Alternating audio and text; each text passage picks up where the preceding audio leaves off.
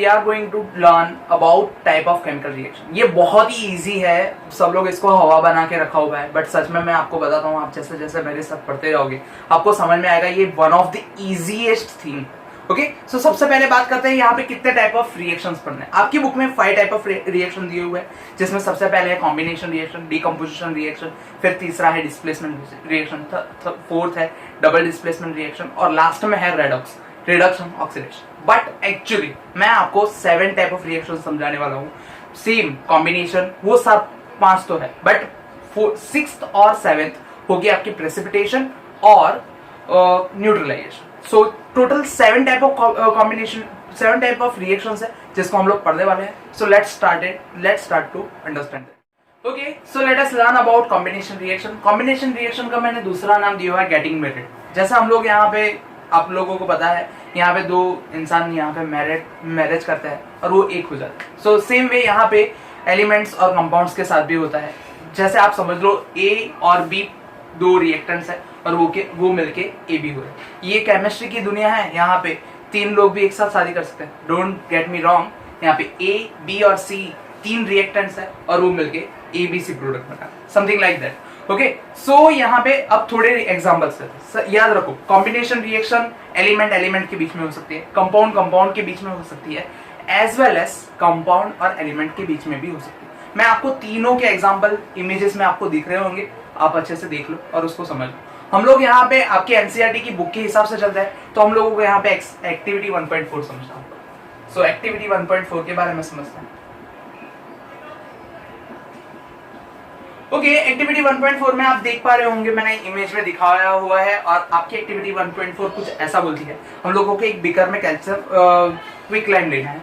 Quicklime का formula है CaO, calcium oxide, और उसके अंदर हम लोगों को थोड़ा सा वाटर ऐड करना है, H2O, और इन दोनों का रिएक्शन होगा और हम लोगों को ऑब्जर्व करना है कि क्या बन रहा है, और साथ ही साथ आपको ये भी ऑब्जर्व करने के लिए बोला है कि वो जो बीकर है उसको टच करो, कि उसका टेम्परेचर चेक करो। ओके, सो अगर हम लोग इन दोनों को रिएक्ट करते हैं तो यहाँ पे मिलेगा कैल्शियम हाइड्रोक्साइड CaOH2, और साथ में जैसे ही हम लोग फ्लास्क को टच करेंगे तो वहां पे हम लोगों को गर्म मिलेगा, हीट भी एक्सपोज होगी। एक्चुअली जब हीट एक्सपोज होती है तो आपको पता है एक्सोथर्मिक रिएक्शन। एक्सोथर्मिक रिएक्शन मतलब कुछ ऐसे रिएक्शंस जो रिएक्ट करके गर्मी पैदा करता है, हॉट, जो रिएक्शन जो सराउंडिंग को हॉट बनाता है। आप कुछ अपने हिसाब से एग्जांपल निकालो, मैं आगे समझाऊंगा, बट यहाँ पे एक्सोथर्मिक रिएक्शन के बारे में आपको समझ में आ गया होगा कि कैल्शियम हाइड्रोक्साइड बनता है और इसे हम लोग स्लैक्ड लाइम, हाँ ये वही चीज है जिससे लोग चूना लगाते हैं। हाँ, डोंट गेट मी रॉन्ग, चूना लगाने का मतलब है हम लोग दीवार पे जो चूना लगाते हैं वो इसी से लगाते हैं, इसका नाम है स्लैक्ड लाइम। ओके, एंड इसका नाम है लाइम, क्विक लाइम। आप लोग जो बाजार से पाउडर फॉर्म में जो लाइम लाते हो, चूना लाते हो, वो होता है CaO, और आप उसको पानी में डाल के जो बनाते हो वो होता है स्लैक्ड लाइम। अब आपको ये बात याद रखनी है। आप देख सकते हो यहाँ पे एक कंपाउंड है, ये कंपाउंड है, और वो दोनों मिलके एक नया कंपाउंड बनाता है, दोनों की शादी हो गई। अब सेम वे आप यहाँ पे ये भी देख सकते हो, ये रिएक्शन एक्सोथर्मिक भी है। ओके, एक और इंटरेस्टिंग फैक्ट बताता हूँ जो आपकी एनसीईआरटी बुक में ही दिया हुआ है, जो कई बार एग्जाम में भी पूछा जाता है, जिसमें यह है कि अगर आप CaOH को हवा में छोड़ दो, मतलब थोड़ा उसका लेयर बना के हवा में छोड़ दो, तो वो हवा में से कार्बन डाइऑक्साइड के साथ रिएक्ट करता है और वो CaCO3 बनाता है और H2O रिलीज करता है। देखो, ये कॉम्बिनेशन रिएक्शन नहीं है, यहाँ पे 2 लोगों का रिएक्शन होके कुछ एक नहीं मिल रहा है, कुछ 2 मिल रहा है, उसके बारे में बाद में बात करेंगे। बट ये जो CaCO3 है, ये आपको जब आप व्हाइट वॉश कर लेते हो उसके बाद जो आपको हार्ड सरफेस मिलती है व्हाइट कलर की, या आपने जो भी कलर किया है वो सरफेस है। एक्चुअली ये वही चीज है, ये hard form of calcium carbonate है। यही चीज आपको लाइमस्टोन, आपने कई बार सुना होगा चूना पत्थर, उसका भी यही फॉर्मूला है। और आपके घर पे जो व्हाइट वॉशिंग के बाद आपको जो लेयर मिलती है हार्ड वाली, वो भी कैल्शियम कार्बोनेट है। ओके, लेट अस गो फर्दर अलोंग। ऐसी कितने रिएक्शंस हो सकती है? आप सोचोगे तो आपको मैंने एक्टिविटी 1 पढ़ाया था जिसमें आप मैग्नीशियम और मैग्नीशियम रिबन को जलाते हो और उसकी वजह से मैग्नीशियम ऑक्साइड बनता है। तो वो भी रिएक्शन कौन सी हुई? तो वो भी कॉम्बिनेशन है, बिकॉज मैग्नीशियम और ऑक्सीजन रिएक्ट होके मैग्नीशियम ऑक्साइड बन जाता है। हाँ, वो एलिमेंट के बीच में कॉम्बिनेशन रिएक्शन है। सेम वे अगर हम लोग आगे बढ़ते हैं तो इसी के साथ साथ आपकी बुक में एक्सोथर्मिक रिएक्शंस का भी काफी डिटेल में दिया हुआ है। जैसे एक्सोथर्मिक रिएक्शन को अगर हम लोग समझे तो आपको ऐसा दिया हुआ है CH4 plus O2 gives CO2 plus H2O। Reaction को बैलेंस करने जाए तो यहां पे हमारे लिए इसे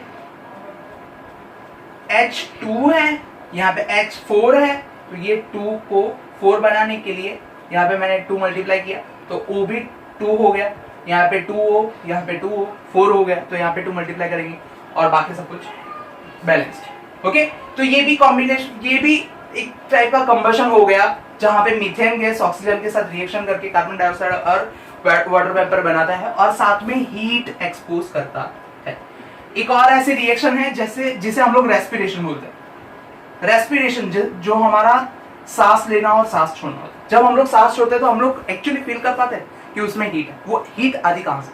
सो एक्चुअली आपको पता हो तो रेस्पिरेशन काफी सेल्यूलर लेवल की रिएक्शन है। आपने चैप्टर नंबर स्टैंडर्ड 9 में पढ़ा हुआ है मिटोकॉन्ड्रिया के बारे में।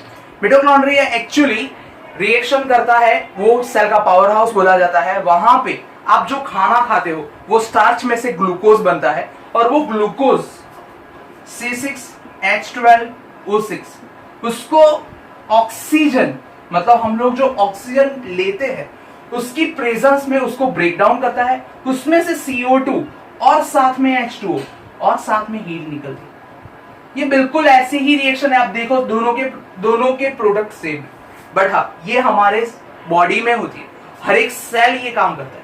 और यहाँ पे बैलेंस करने चलते हैं तो सबसे पहले यहाँ पे बात करते हैं सबसे बड़े फॉर्मूला की, और सबसे ज्यादा जिसके पास आपके एटम्स है तो वो है H2। यहाँ पे H कितना है? तो यहाँ पे सिर्फ 2 है, तो यहाँ पे 6 मल्टीप्लाई कर देंगे।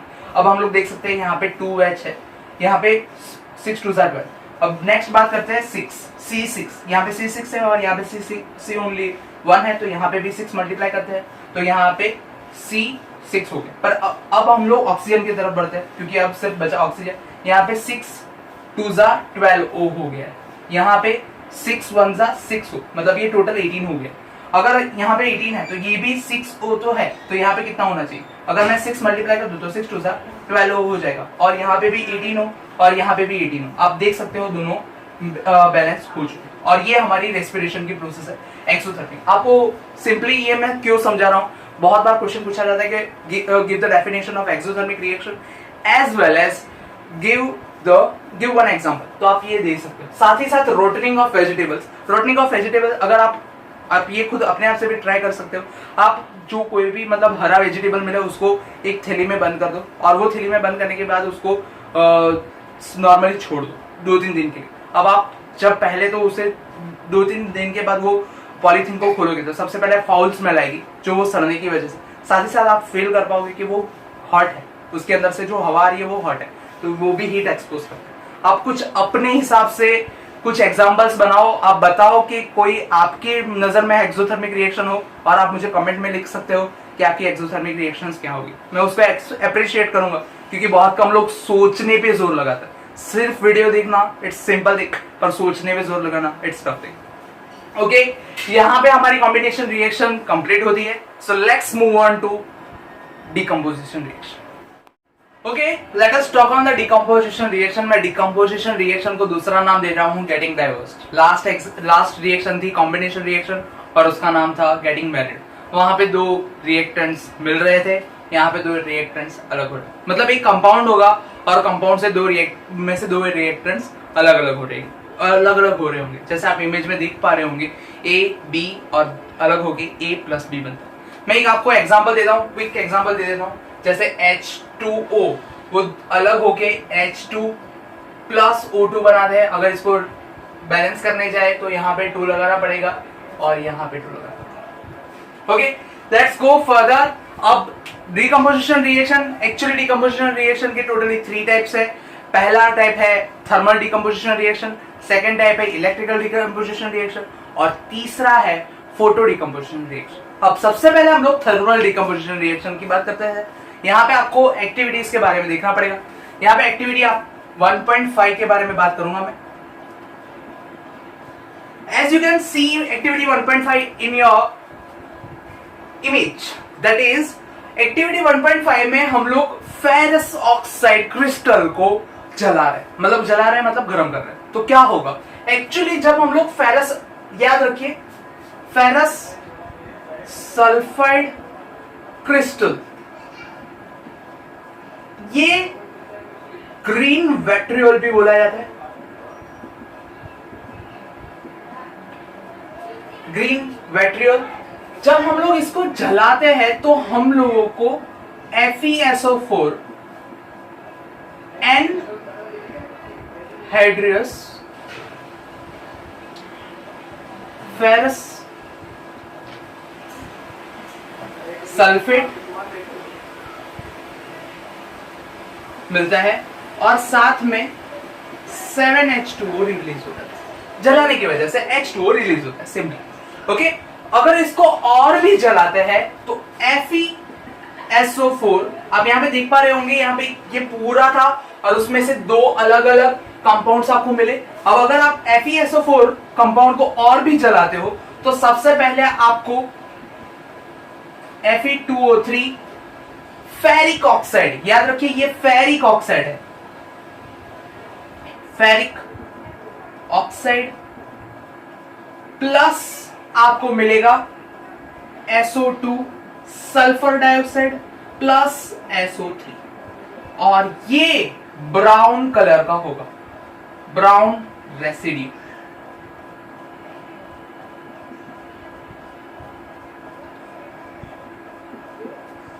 ओके, तो आप लोगों को क्या ऑब्जर्व करने के लिए बताया था, तो आपको ऑब्जर्व ये भी करने के लिए बोला था कि उसका कलर चेंज हो रहा है। हाँ, कलर चेंज हो रहा है, आपको ब्राउन कलर के रेसिड्यू मिल रहे हैं जो है एक्चुअली फेरिक ऑक्साइड के।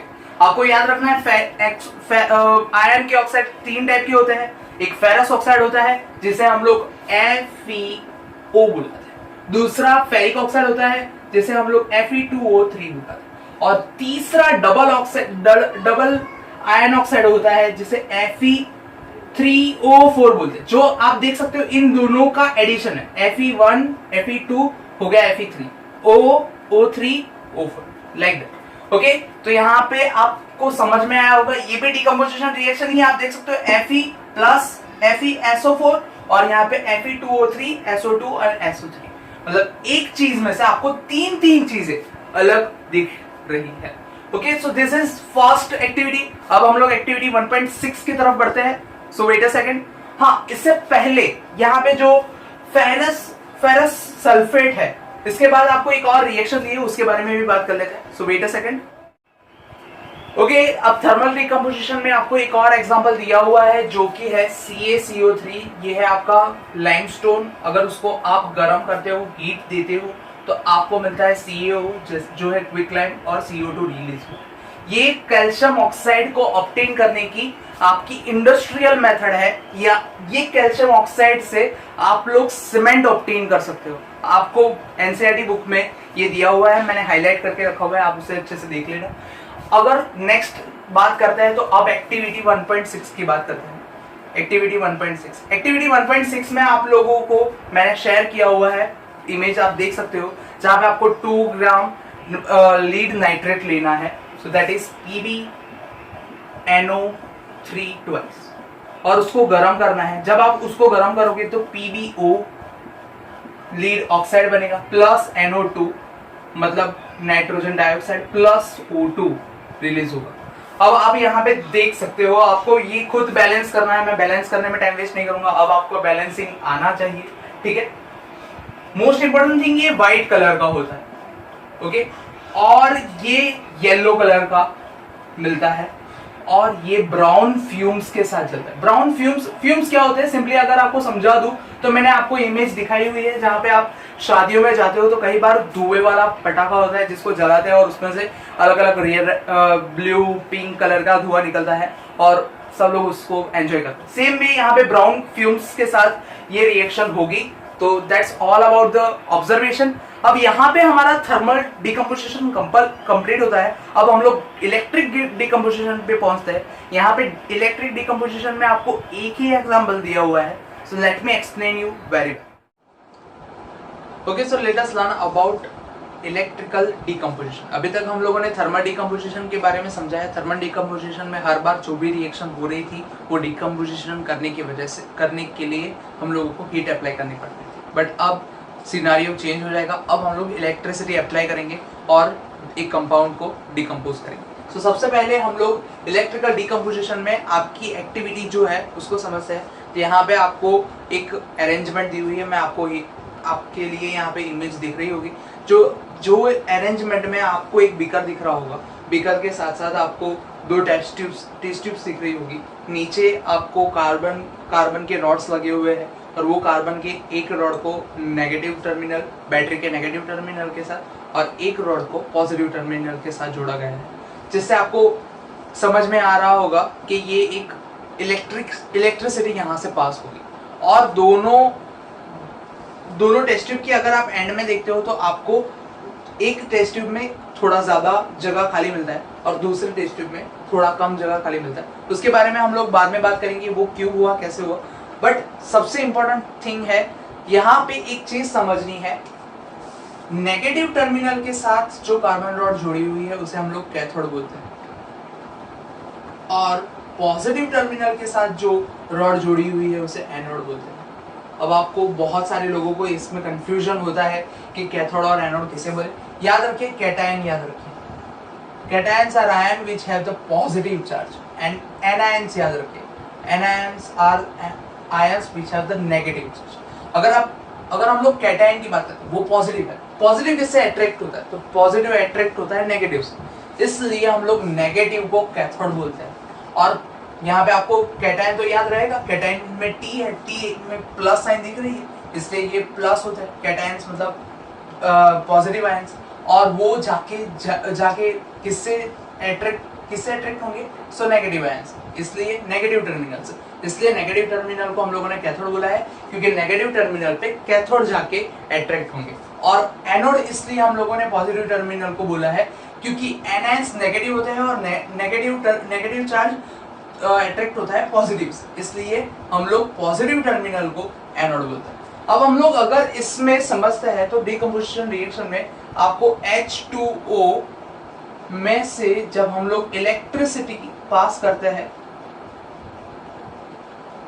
ओके, तो आपको कुछ ऐसा H2 प्लस O2 मिलता है। अगर इसको बैलेंस करने जाए तो यहाँ पे 2 रखना पड़ेगा और यहाँ पे भी 2। एक्चुअली हुआ क्या है, जब H2O को आपने इलेक्ट्रोलाइज किया तो उसमें से H प्लस और O माइनस आयन बने, जो H प्लस जाके कैथोड पे, मतलब H यहाँ पे मिलेगा और ऑक्सीजन जाके यहाँ पे मिलेगा।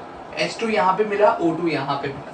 दैट मीन्स आपको H2 कैथोड पे और एनोड पे O2 मिला। अब आप लोगों को इमेज में मैंने दिखाया था, वहां पे एक जो कैथोड की टेस्ट ट्यूब थी उसमें वॉल्यूम खाली ज्यादा मिल रहा था और एनोड की टेस्ट ट्यूब में वॉल्यूम थोड़ा कम खाली मिल रहा था। रीजन ये है कि H2O को अगर आप बात करते हो सिर्फ H2O की, तो H2O में H 2 टाइम्स है और O 1 टाइम है, मतलब हम लोगों को कैथोड वाली टेस्ट ट्यूब में डबल वॉल्यूम मिलेगा, जबकि एनोड वाली वॉल्यूम में कैथोड से हाफ वॉल्यूम मिलेगा। उसका रीजन यहाँ पे है क्योंकि H2O में H के 2 एटम्स है और ऑक्सीजन का ओनली 1 एटम। ओके, तो ऐसे ये इलेक्ट्रोलिसिस हुआ। याद रखिए इसे वोल्टामीटर बोलते हैं, क्योंकि ये वोल्टा नाम के एक साइंटिस्ट ने इसे इन्वेंट किया था, तो इसे वोल्टामीटर बोलते हैं। क्या इलेक्ट्रोलिसिस सिर्फ हाइड्रोजन और ऑक्सीजन को अलग करने के लिए यूज होता है? तो नहीं, एक्चुअली NaCl में भी मोल्टन NaCl में भी यूज होता है। जब आप ये सॉल्ट होता है उसको मेल्ट कर देते हो और वोल्टामीटर में आप उसे छोड़ देते हो, मतलब वाटर में सॉल्युबल करके, तो आपको NaCl को डिकम्पोजिशन करते हुए कुछ ऐसा मिलेगा। इलेक्ट्रिसिटी अप्लाई किया और आपको Na और Cl मिलेगा, जिसमें Na प्लस होता है और Cl माइनस होता है। जिसकी वजह से आपको कैथोड पे Na मिलेगा और यहाँ पे Cl मिलेगा। बट यहाँ पे आपको दोनों टेस्ट ट्यूब्स में कोई डिफरेंस नहीं दिखेगा। रीजन है यहाँ पे Na भी 1 है और Cl भी 1 है। सेम वे आपको एल्यूमिनियम जो है Al2O3, ये molten state of aluminium oxide है, जिसमें से आपको एल्यूमिनियम और ऑक्सीजन मिलता है। ओके, यहाँ पे डिफरेंस दिखेगा क्योंकि Al आपके लिए 2 है और ऑक्सीजन 3 है। मतलब हम लोग बोल सकते हैं कि Al जितना होगा उससे हाफ टाइम्स O ज्यादा होगा। Al आपको मिलेगा और कैथोड पे और ऑक्सीजन आपको मिलेगा anode. Okay, so these are the simple things. ये इलेक्ट्रिकल डिकम्पोजिशन की बात हुई, फोटो डिकम्पोजिशन के बारे में पढ़ेंगे। Okay, so now let us understand about the photo decomposition reaction.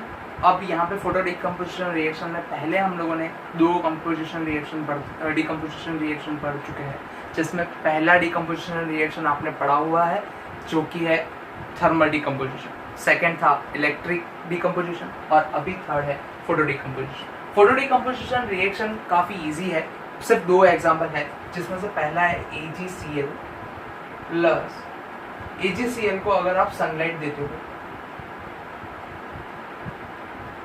AgCl होता है वाइट कलर का, और अगर उसे आप सनलाइट देते हो तो Ag होता है, जो बन जाता है Ag बनता है जो ग्रे कलर का होता है, और प्लस Cl2 अलग हो जाता है। ओके, सेम वे अगर आप AgBr लेते हो तो सेम चीज होती है सनलाइट के साथ, Ag और प्लस Br2। ओके, ये वाइट था, ये येलो होता है, और ये येलो से ग्रे बनता है। ओके, अब आपको याद रखना है ये जो AgCl से Ag बनने वाली जो प्रोसेस है वो हम लोग फिल्म में यूज़ करता है, क्योंकि फिल्म की जो रील्स होती है उस पर इस चीज़ का कोटिंग होता है, जो आपने कई बार देखा होगा। आपने अगर कई बार अगर पुराने फोटो कैमरा की अगर आपको रील मिल जाए तो आप उसमें देख सकते हो कि एक ब्राउन कलर की स्ट्रिप होती है, उसके ऊपर फोटोज़ की नेगेटिव्स होती है, सो समथिंग लाइक दैट। ये दोनों चीज़ें हैं, आपको ये एक्टिविटी में भी दिया हुआ है, आपके एक्टिविटी फोटो में दिख रही होगी। And this is all about the decomposition reaction. आपको एक बात याद रखनी है, हमारे बॉडी में भी डिकम्पोजिशन रिएक्शन होता है। जैसे कि हम लोग स्टार्च जो खाना खाते हैं उसमें स्टार्च होता है, और उसको डिकम्पोज करके हमारी बॉडी सिंपल शुगर्स बनाती है, जिसको हम लोग ग्लूकोज के नाम से जानते हैं। एज वेल एज हमारी बॉडी में और भी डिकम्पोजिशन होता है, जैसे कि हम लोग प्रोटीन खाते हैं, प्रोटीन का डिकम्पोज होकर एमिनो एसिड बनता है।